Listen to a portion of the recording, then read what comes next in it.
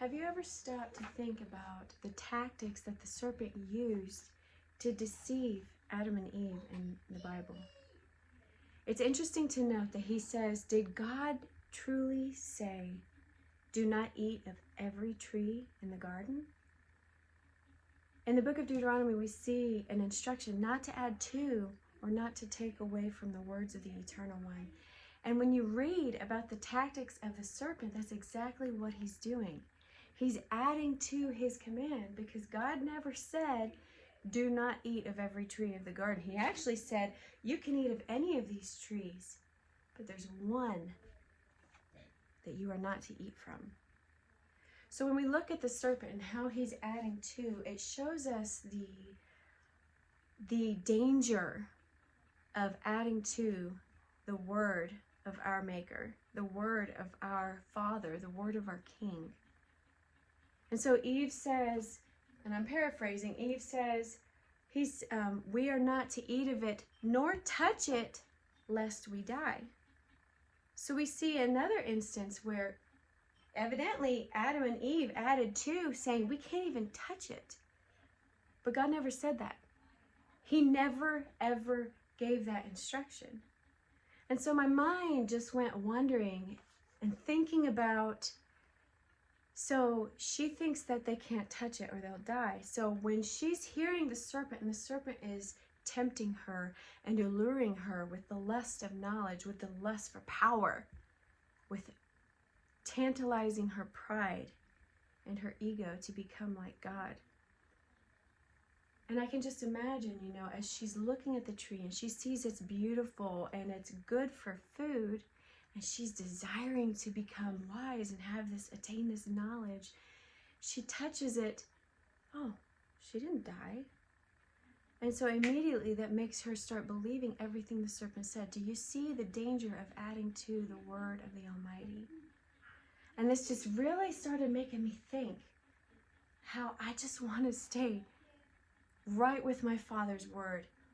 A childlike faith. That's what childlike faith is. Father, you said it. I believe it. I'll do it.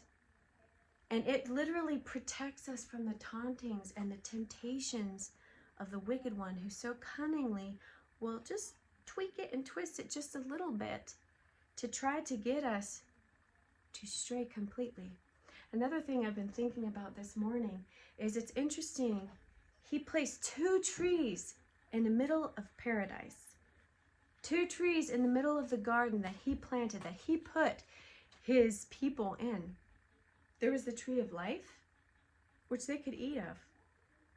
There was only one tree that they were given instructions not to eat of, and that was the tree of the knowledge of good and evil. And notice, this is interesting, notice he did not put this tree way out to where they wouldn't even notice it. He literally places both of them right in the middle.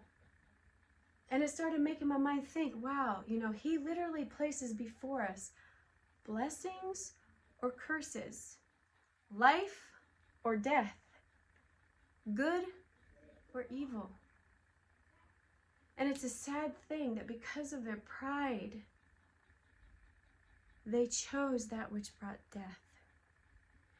And so many people will say nowadays, oh, how could they do that? How could they do that? It was so easy. Just don't eat the fruit. They could have had all the other trees. But keep in mind, it was their pride. It was the lust for knowledge. And you think about how many times do we human beings do that to this day? Instead of choosing the good, instead of choosing life, instead we want to act in our pride and exalt our own knowledge above the commands of the Almighty. And you think about Messiah's warning when he said, unless your righteousness exceeds that of the scribes and Pharisees, you're not even going to enter the kingdom. And when you look at the scribes and Pharisees, they have a lust for knowledge. They are very prideful in their knowledge, adding to and taking away from. So in my heart, this morning I was really encouraged to just want that childlike faith that's so pure. And just, Father, you said it.